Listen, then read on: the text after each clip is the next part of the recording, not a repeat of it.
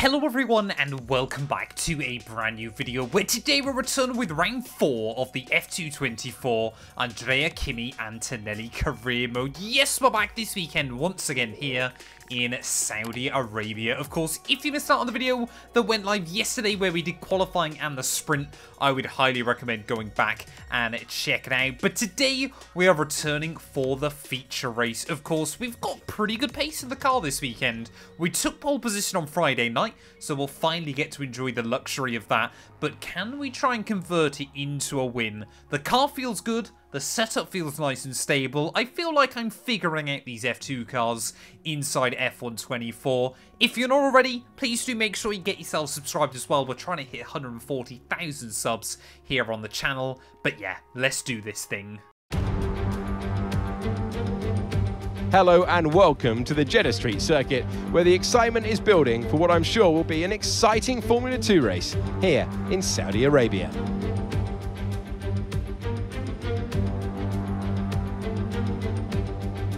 So an interesting circuit, Jeddah. Like some other street circuits in the Formula 2 calendar, it's likely to present a formidable technical challenge, with a number of challenging turns for our young drivers to master. Plus, it's a hot track, and that high temperature has some big implications for tyre performance that they'll need to keep in mind in order to secure a good result. Here are the starting positions for today's race. Andrea Kimi Antonelli lines up on pole position, with Ollie Bearman alongside. Looking down the rest of the grid, we have Aaron, Hajar, Gabriel Bortoletto, Colapinto, O'Sullivan, Miney, Pepe Marti, Amory Cordial, Miata, Barnard, Victor Martins, Richard Verschoor, Correa, Crawford, Enzo Fittipaldi, Maloney, Villa Gomez, Hauger, and Roman Stanek completes the grid. Now it's almost time to lights out, so let's get down to the track. Well, here we are then on the grid, and for the first time ever in our F2 career mode, we have got clear track space in front of us and a nice open view on the run down towards turn 1. Of course, obviously, if you missed out on the race yesterday, we did end up with a red flag, and I was a little bit nervous that might change up the strategy as we head into the Grand Prix proper, because it doesn't mean that we've got a fresh set of the super soft tyres ready for the start of this one. Luckily, the mediums should be able to go right the way through to the end of the GP anyway, but it could be quite an abrasive one. Tyre wear and kind of managing the tyres could be quite tricky as the afternoon goes on. But 14 laps ahead of us once again then. We are ready on the grid, waiting on those 5 red lights. And it's going to be lights out, and away we go there as always, having to just mash your foot to the floor and praying that you don't get too much wheel spin down in towards turn 1 as our teammate Ollie Bearman would immediately try and tuck around the outside there and will actually get the power down and make the move work. So Bearman instantly swapping around between the two PREMA cars. Of course, we both had fairly bad weekends out in Bahrain. So yeah, PREMA could do with a big result this weekend, of course, if they want to try and return to the top step of the Constructors' Championship order as well. I genuinely don't know whether there's any prize money in Formula 2 for the teams for competing. Of course, I know pretty much all of the funding is done, obviously, through basically hiring out drives, obviously, to the other drivers as well. But, you know, I don't know if there's any kind of prize money at all to be had, you know, by competing in the championship as well there, of course. So I don't think it would be much, but yeah, if someone knows the answer, it'd be greatly appreciated down in the comments below. But as we make our way then out to the back straight, Bearman has absolutely rocketed off the line here. So maybe our teammate does see us as a threat. You can see those tyres as well, just with a little bit more wear on them than I would like. I believe we are on the set from qualifying, but if we had to go back over to Super Softs, we've got the other set that we did about 3 or 4 laps in the sprint. Well, in IRL Formula 2 earlier on this year, we had that brilliant battle between Kimi and Ollie back in Monaco, trying to do switchback moves through the hairpin on each other. Try to get past as quickly as you can. Push, push. I'm hoping we can have a bit of a battle with our teammate in this race, but I tell you what, early on, he just seems to have way more pace than we saw by anyone in the sprint there, clearly getting out into some free space. I mean, Ollie Bearman, he loves this venue. Of course, took pole position here this season as well. in Jeddah in Formula 2, but obviously never even got the points for it, because he obviously competed for Ferrari in the Grand Prix proper, and obviously took his first ever Formula 1 points as well in that race. So yeah, Behrman knows how to hustle a car around this venue, and clearly at the moment, I do not. Just really struggling to put the power down. I could be tempted to switch already away from these super soft tyres, as they really just aren't working for us. Paul Aaron there gets around me. Gabriel Bortoletto as well, looking for the move as the Estonian will try and cover me off. And you can see Zach O'Sullivan trying to get into the fight as well. We're going to try and go for the move back on Bortoletto once again, as we go wheel to wheel with the Brazilian off of those first couple of corners. We'll have the inside line ready down at turn 3. Almost hit the inside wall, but we live to fight another day. And now that DRS has been enabled, then hopefully Paul Aaron is going to be a little bit more vulnerable as we make our way down in towards the final corner. I'm still tempted to try and box even earlier. I think we have got the first pit stop against our teammate Ollie Behrman. You can just see now, finally starting to remember how to drive this car through the corners. It feels like every single time I come back to them, they just feel like a bit more of a handful than I remember them the last time round there. But getting the run on Aaron back in towards turn 1. Yeah, Behrman has absolutely checked out at the start of this one. We nudged the outside wall there. That kind of sends us on a trajectory towards meeting Paul Aaron in the middle, ready for turn 1. We'll make the move happen though, but I'm going to just alert the team. I'm tempted to box the end of this lap. Well, we're not really losing much time against our teammate anymore, but we're also not really gaining any. And of course, PREMA as well. I believe they did win the Constructors' Championship at the end. Oh no, I think it was ART, wasn't it?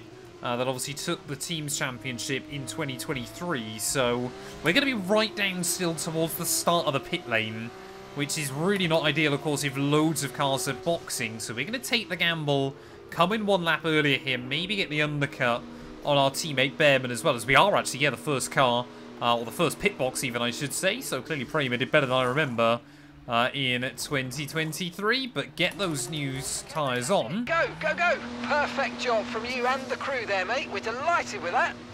A 4.1 second stop isn't actually that bad going in Formula 2. It looks like Stanek, for some reason, has gone the other way in terms of strategy.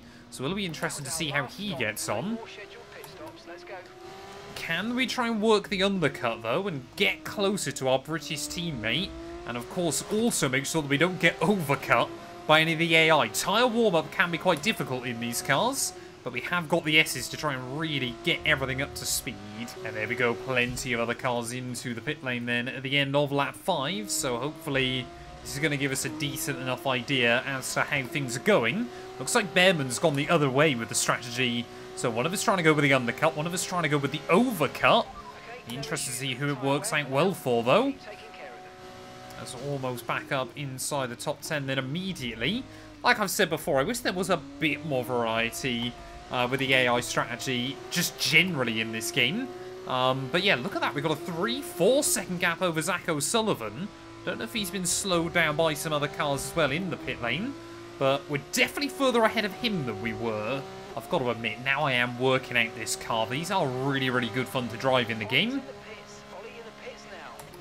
There's Behrman then into the pit lane here, so he might end up being a little bit vulnerable still. I don't believe he got the gap he needed over the likes of Paul Aaron to safely make it back out of his pit box before anyone else got in. And that might make a whole world of difference here, as I think Roman Stanek then in that Trident is going to move up to the lead of the race. Where is our teammate going to be, though, as new fast lap of the day? We're ahead of Behrman. Surely we're not ahead of our teammate there by this much. We are. So Ollie Behrman then has really been caught out in the pit stops. He's going to have fresher tyres than me towards the end of the afternoon. But we've got about a 5-second undercut on our teammate here. And clearly, yeah, the undercut is incredibly powerful still in F1 Formula 2. For Roman Stanek at the front of the order, though, you're just praying for a safety car or a red flag now. I mean, for Behrman now, obviously, we've already got the tyres up to temperature, so he's always going to lose a bit more time on the outlap as well there. But he's basically got to hope our tyres hit the cliff towards the end of the afternoon. We're not even halfway through this stint yet, but yeah, look at that. The tyre wear pretty much non-existent right now. The mediums, they could go so far through a Formula 2 race here. As I mean, for Stanek at the front of the order, surely it's just worth staying out pretty much right to the very end and just hope that something falls your way. Well, I'm also starting to wonder whether Ollie Behrman's got issues in the other car, because Gabriel Bortoletto is now starting to take time out of him. That gap's crept under 2 seconds. So I just simply don't think Behrman's got the pace he needs right now. As Stanek then, he's going to make his way into the pit lane at the end of lap 9 then. Not really sure. Like I said, if I was him, I'd just stay out there as far as I possibly could. Box at the end of lap 13 if I had to. If we got no safety car or red flag or anything to benefit me. But yeah, you can see that gap between Bortoletto and Behrman now down to just 1.5 seconds here. So I think our teammate, he's either got some technical gremlins or something maybe even more sinister. But he's going to be under pressure for even a podium. Oh, we've got yellows, we've got yellows. Someone's breaking down. I think someone's got problems here. Could that be a safety car or a red flag? Once again, quite late on in the day. Who is it breaking down? I think that's one of the Dams cars, I want to say. I could be wrong. Don't say it's Kushmini again. Is he even a Dams driver? I can't really remember off the top of my head. Either way, someone... I mean, they've got into the pit lane. It's Juan Manuel Correa that seems to be out of the race. And I think he had a mechanical failure last time out in Bahrain as well. So, once again, he's been mecha-chromed. But luckily for me, no safety car as Ollie Behrman... I mean, for us anyway, he's doing a fantastic job holding everybody else up. Things are looking pretty good. We're just 4 laps to go. And there we go. Bortoletto immediately will get past Behrman here, and I think he's about to lose another one to Zach O'Sullivan. We got Hadjar and Paul Aaron battling it out just behind them as well. So all sorts of squabbles still going on towards the end of the race. Obviously, we had that just brilliant battle to the checkered flag in the sprint race. For the win, obviously, yesterday between Amory Cordial and I believe it was Pepe Marti. But that doesn't look like it's going to be the case today, at least for the win. Further back, though, yeah, you can see O'Sullivan now has gone around the outside of our teammate as well. Although I don't think Behrman will absolutely not have enough time to close up to us. It'll be interesting to see what his pace is like towards the end of this.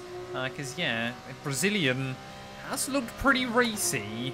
Jeddah isn't usually a particularly abrasive circuit for tyres in the Formula 1 cars either, but yeah, these tyres are just not falling off right now, and well, we've learnt today that the undercut is incredibly overpowered inside this title. Bortoletto is still trying to withhold pressure from Zach O'Sullivan towards the end of this one, but I mean, Behrman, he's just plummeting down the order here. He might not even end up scoring many points if other cars are still able to scream their way through. And after such a solid start, I mean, it's you know, real life Formula 2 this year has been a bit of a mecha chrome lottery.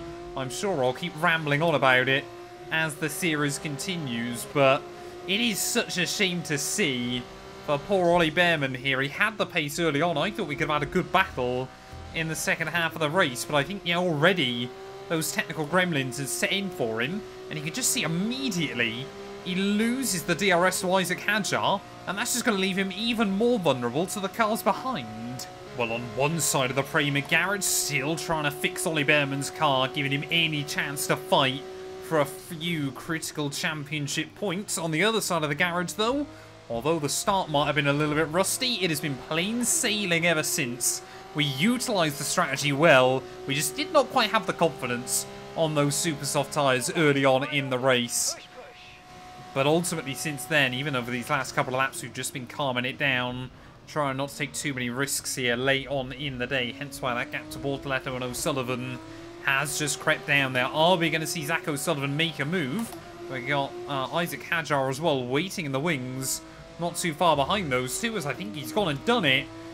Who's going to hang on to the position, though, as we make our way into the S's? It looks like O'Sullivan in that ART car has waited right towards the end of the afternoon, as is going to complete that move then up into P2 there. We've got Hadjar, Paul Aaron and Kushmini as well, all trying to fight for those points as well inside the top 10, but this might springboard us right up towards the top of the championship order as well. We've had 3 different winners in the opening 3 rounds of this season so far, and just like Formula 2 in real life, it does look like this season could be anybody's game. Next weekend, ready for Albert Park, I will up the AI just a bit more as well there. Just obviously figuring out more and more things about how to drive these cars, what to do, how to set them up, and everything like that. But Kimi Antonelli, I think a lot of us anticipated he would be an unstoppable force in FIA Formula 2 as well prior to the season beginning. Hasn't quite gone that way for him IRL, but I don't think that's anything down to his lack of driving talent either.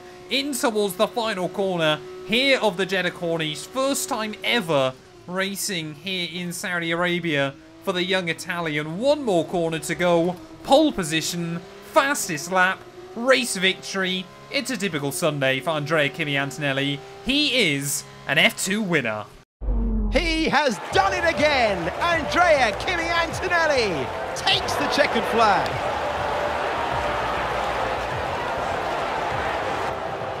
Have you seen one quite as dominant as that, Jakesy? I'm not sure I have. They led every single lap of that one, lights to flag.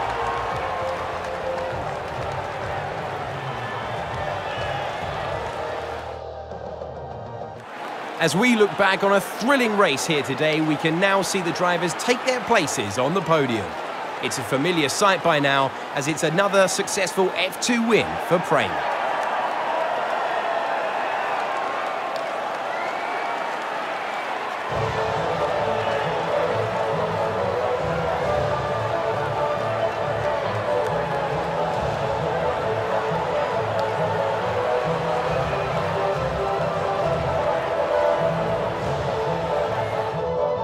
There we go, look at that, a dominant weekend here in Saudi Arabia, and I think we could be pretty happy with 2 podiums as well. There are 34 points on the board. I think we're already, what, 5 away from getting the maximum score from the weekend as well. There, Zach O'Sullivan comes through for P2 ahead of Gabriel Bortoletto there with Hajar and Aaron, Kushmaini Cordial, Marty Miata and Martins rounding out your top 10 there. Ollie Behrman, he took the lead early on, but not even able to take a single point away from the GP today. That is devastating for our teammate there. And I tell you what, somehow just our pace on those medium tyres in the second half of the race was absolutely ridiculous. Roman Stanek, his alternate strategy really did not work in the end, only able to beat out Zane Maloney when all is said and done. But what's that going to do for the Drivers' Championship? Well, Paul Aaron leads the way there, but we are tied at the top on 35 points a pop. Gabriel Bortoletto in P3 still ahead of Colapinto, and Zach O'Sullivan up into P5. Ollie Behrman now down into 10th place overall, as we've only got Barnard Crawford, Stanek, Gomez, Correa, and Zane Maloney yet to score. Constructors-wise, High-Tech still having 2-point lead over PREMA, but that's more back to where we would expect the team in red to be inside this series there, with Invicta just ahead of MP, and ART and Campos, they're not a million miles away either. Dams still, again, the only team yet to score in the Constructors' Championship. But thank you all so much for watching. If you have enjoyed, please do make sure to leave a like, get yourself subscribed, and we'll be back next weekend when Formula 2 returns ready in Albert Park.